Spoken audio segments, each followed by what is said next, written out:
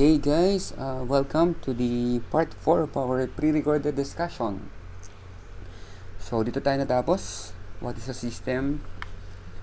And then part 4 na to, check lang natin yung ating objectives.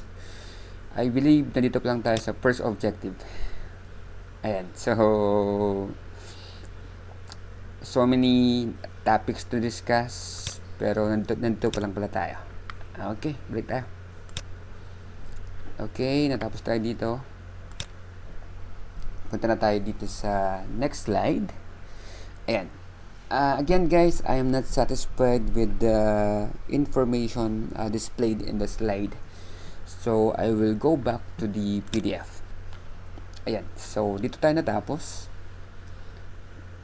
Right? Okay, tuloy natin. So, part 3, diniscuss natin yung elements of a system.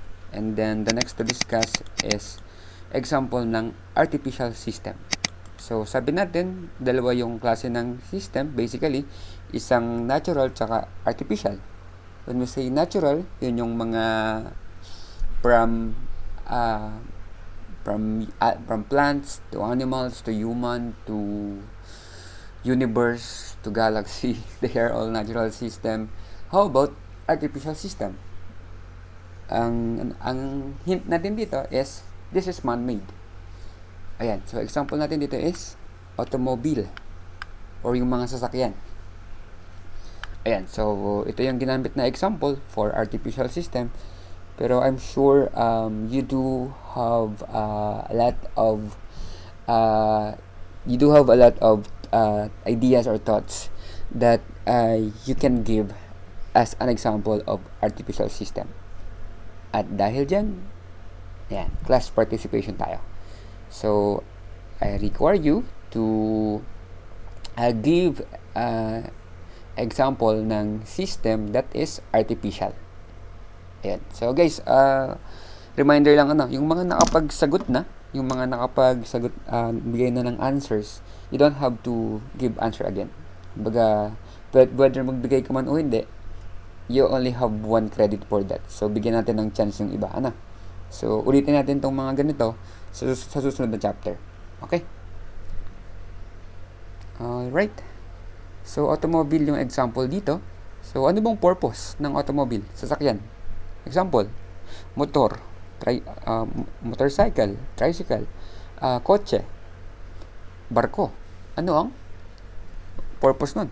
Ito, providing conveyance. Ano sa conveyance is, yung Tagalog, yan yung, iba yung Tagalog nito eh. Parang padala, something like that. Pero, in other words, when you say conveyance is to move a person or something from one place to another. Diba? Yun naman ang purpose nun. Pag sumasakay ka ng tricycle, syempre, for example, pag papasok ka sa school, from your house to the school, so sasakay ka ng tricycle or what? Yan, para makamove ka from your place to another. Okay, so that's the purpose of an automobile. So, may example dito na figure to present how the system of automobile works. So, ang system natin is automobile and then may mga subsystem siya. So, there are 4 subsystems. Ayan, fuel system, propulsion system, electrical system, tapos brake system. So, kung marunong ka magmotor, marunong ka mag-drive, so maiintindihan mo to, itong mga fuel system, propulsion system, electrical system, brake system. So, may mga, so under each subsystem, so may mga activities dyan, or may mga specific dyan na mga, it could be also a subsystem, or a process, para gumana yung subsystem na yan. So, ganyan na. Okay, let's proceed. Okay, tapos nawari. Okay, ito. So, system decomposition versus system interdependency. So, ano ibig sabihin nun? Itong dalawang to. So, for it to be easily understand, tingnan natin ano ba ibig sabihin ng decomposition tsaka ng interdependency.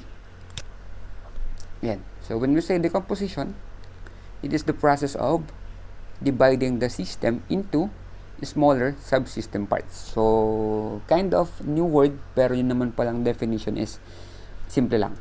When we say decomposition, dinidivide lang. Kumbaga, you are dividing one big task into smaller task. So, that is decomposition. So, wala nang masyadong, wala nang masyadong elaboration. Malinaw na yan. And then, interdependency. So, malinaw din yan. When we say interdependency, ang root word yan is dependent. So, pag sinabi natin interdependency, so, kumbaga, yung multiple parts, yung multiple subsystem is, they are all dependent on each other. So, that's what it means when we say subsystem interdependency. So, i-highlight lang natin dito na, a system's ability to achieve its goal depends on the effective functioning and harmonious interaction of its subsystem. And then sabi pa dito, if a vital subsystem fails or becomes defective and can no longer meet its specific objective, overall system will fail. Ayan, so guys, so yun yung sinasabi nating part ito ng subsystem interdependency. Syempre, yung mga subsystems kasi, 'di ba? Though they are all different, but they serve the common purpose. Kaya kung isang subsystem ay hindi na magpa-function or hindi na magiging effective or hindi na gagana or magpi-fail, syempre ang epekto nun sa kabuuan magpi-fail din, 'di ba? So, try to imagine the vehicle na lang ulit, automobile. So, we have 4 subsystems here. So, 'di ba, para mag-run smoothly yung automobile, dapat each subsystem is working properly and effectively. So, sabihin natin, yung brake system, nagfi-fail, hindi nagpa-function, mahirap yan. 'Di ba? When you say yung brake system, ito yung pagpreno. So, can you imagine, you are driving a vehicle, an automobile, and then yung brake system mo hindi gumagana. 'Di ba? So, alam mo na ibig sabihin nun. So, yun yung gustong sabihin dito sa system decomposition tsaka subsystem interdependency. So, it is really important. So, take note natin yan. Okay, we're done with that. So, what is an information system? Okay, balik ako dito sa PDF. So, guys, just to give you a tip, to be honest, this PDF really bore me din. Kaya lang, syempre, I need to give you, I need to give justice dito sa dinidiscuss ko. So, yun. So, somehow, na-enjoy ko siya. Na-enjoy ko i-decompose itong mga napakahabang chapter na to. So, as you notice, pang-apat na na part na to. And yet, yan. So far, na-enjoy ko naman siya. At least, paunti-unti, na di-discuss ko sa inyo itong chapter 1. Okay. So, dun sa, natin, slide 9, ano daw yung information system? Okay, ano bang information system? Ang sabi dito, it is the set of formal procedures by which data are collected, processed into information, and distributed to others. So, that is an information system. Bali, nagko-collect daw ng data, and then yung data na yun, pinaprocess into an information, and then once the information is ready, it is distributed to the user. So, guys, i-highlight ko lang, hindi siya masyadong define dito, pero dito sa subject na to, mahalaga tong term na data at saka information. So, please take note na when mo say data, ito ay raw. Raw. Ibig sabihin, hindi pa siya napaprocess. And then, when we say data or raw, tapos hindi pa siya napaprocess, basically, wala pa siyang hindi pa siya useful. Kumbaga, andyan siya, pero hindi mo pa alam kung para saan ang ang usefulness niyan. And once the data is processed, it is now turned into information. Whereas, kung yan ay information it can be useful to you na. Kumbaga guys, na-process na siya. So, meron na siyang, kumbaga meron ng sense yung data. May essence na siya. Okay? So, paki-take note lang yun. Hindi siya masyadong na-highlight dito. So, data that is raw, unprocessed, hindi pa ganun ka-useful. On the other hand, information, this is already a processed data. Okay. Figure 1-3 shows the information system of hypothetical manufacturing firm decomposed into its elemental subsystem. Okay, medyo broad na siya masyado. Boring. Pero ang gustong i-highlight is yung accounting system daw, guys, ito, is classified siya into two. Accounting Information System and Management Information System. And then, sa baba nung dalawa, may mga subsystem. Ayan. Anyway, medyo malayo na yan. Balik tayo dito. So, dito, sa slide 9, dinefine lang information system in which na-highlight naman siya. In-highlight ko lang sa inyo what is data, tsaka yung what is information. Okay. Transaction. Ayan. Transaction na. So, lampasan muna natin tong figure na to. It will be discussed thoroughly sa mga susunod na slide. Ayan. So, this definition, it encompasses both financial and non-financial events. Ayan. So, financial transaction. Transaction. Ano muna yung transaction? Ayan. So, dito, babalik tayo sa basic accounting. Diba? Kung ako yung naging teacher nyo sa basic accounting, sa AIS ako ata, sa 3V, tsaka sa 3A. Sa accountancy ako din, pero konti lang kasi nga pandemic. Pero ito, transaction. When we say transaction, of course, no, this is an economic event. Economic event or business event.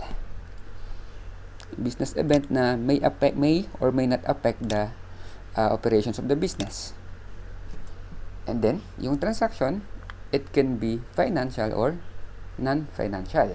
Of course, when we say financial, edi ibig sabihin, these transactions affect the assets and equities of the organization. So, punta ako dito sa PDF, mas maganda explanation.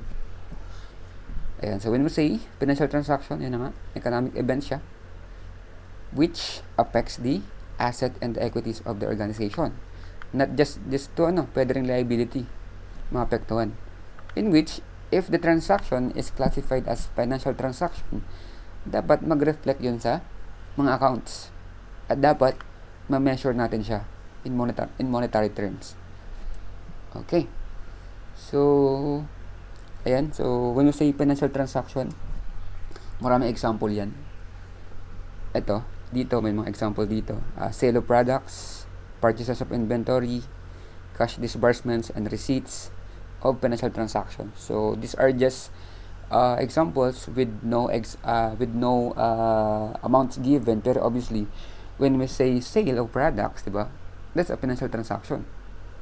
When we say purchase of inventory, that's a financial transaction. It could be sales or purchases, could be cash or on credit. Ayan. So, for class participation, I am requiring you to comment down examples of financial transaction. Isa lang. I mean, one for each. Alright. And then, how about non-financial transactions? So, when we say non-financial transactions, these are events or transactions that will not affect the assets, liabilities, or equity. So, therefore, wala tayong i-record. So, kumbaga, pwedeng memo entry or pwedeng wala. Ano mga example? Ito. Halimbawa, nagdagdag ng supplier. So, ngayon, kung nagdagdag ka ng supplier, yung company, marami ng options na pagpipilian. Options kung saan siya bibili. Pero, wala kang i-record, di ba? Wala siyang epekto sa sa elements of financial statements mo. So, ganun. And then, yun daw, financial and non-financial transactions, these two are closely related. And more often, these two are processed by the same physical system. Of course na. So, when we say system kasi, it could be manual or automated. Pero, whether financial or non-financial, di ba, kinoconsider natin sila. Kinoconsider natin. Kumbaga, pinaprocess natin yung information, nire-record natin, kinikip natin yung information, kasi nga, pwede natin yung magamit currently or in the future. So, ayan. May example dito, financial portfolio management system. So, as I read the further statements, yan. So, nandito ako ngayon, ang gusto kong sabihin dito is, ayan, ano kasi to guys, itong financial portfolio management system, kung maaalala nyo, nag-share kami sa inyo ng mga Facebook post about trading, di ba? About trading. Yung mga, yung pagtitrade, it could be stocks, yung mga stock market. Could be stock market, could be cryptocurrency, foreign exchange. So, yun yung ito yung example dito. So, bigay ko na lang sa inyo yung readings. Pero, samantalahin ko yung opportunity na with your age right now, ang babata nyo pa, it is, ako personally, I recommend that you study trading. You study stock market. Basically naman, kahit hindi ka naman accounting student, pwede mo naman siya pag-aralan. Pero it's just since tayo, linya na natin tong accounting, it would be easier for us to understand this and to give you an idea lang ang laki ng potential na yumaman dito sa ganitong klaseng hindi siya investment kasi medyo investment siya in a sense, pero sobrang taas ng risk. Yung iba nga tinatawag siyang sugal, pero hindi naman siya sugal siya kung wala kang alam. Ayun, so na-share ko lang. Okay, so 17 minutes na yung video. Check ko lang kung may mga pa. Okay. Ayun, so end ko muna dun yung discussion. Kasi 17 minutes na siya. So, it will take time for me again to extract the video. Okay. Punta tayo sa dito. So, okay na to. And then, ayan. So, transactions could be financial or non-financial, of course. Kahit ano pa yan, tatanggapin niya ng information system. Whereas, it will be processed, that the raw data will be processed into information, and then this information will be distributed to the users for them to make economic decision. Okay? And so, what is accounting information system? So, dito tayo mag-proceed sa next, sa part 5. And so, see you later.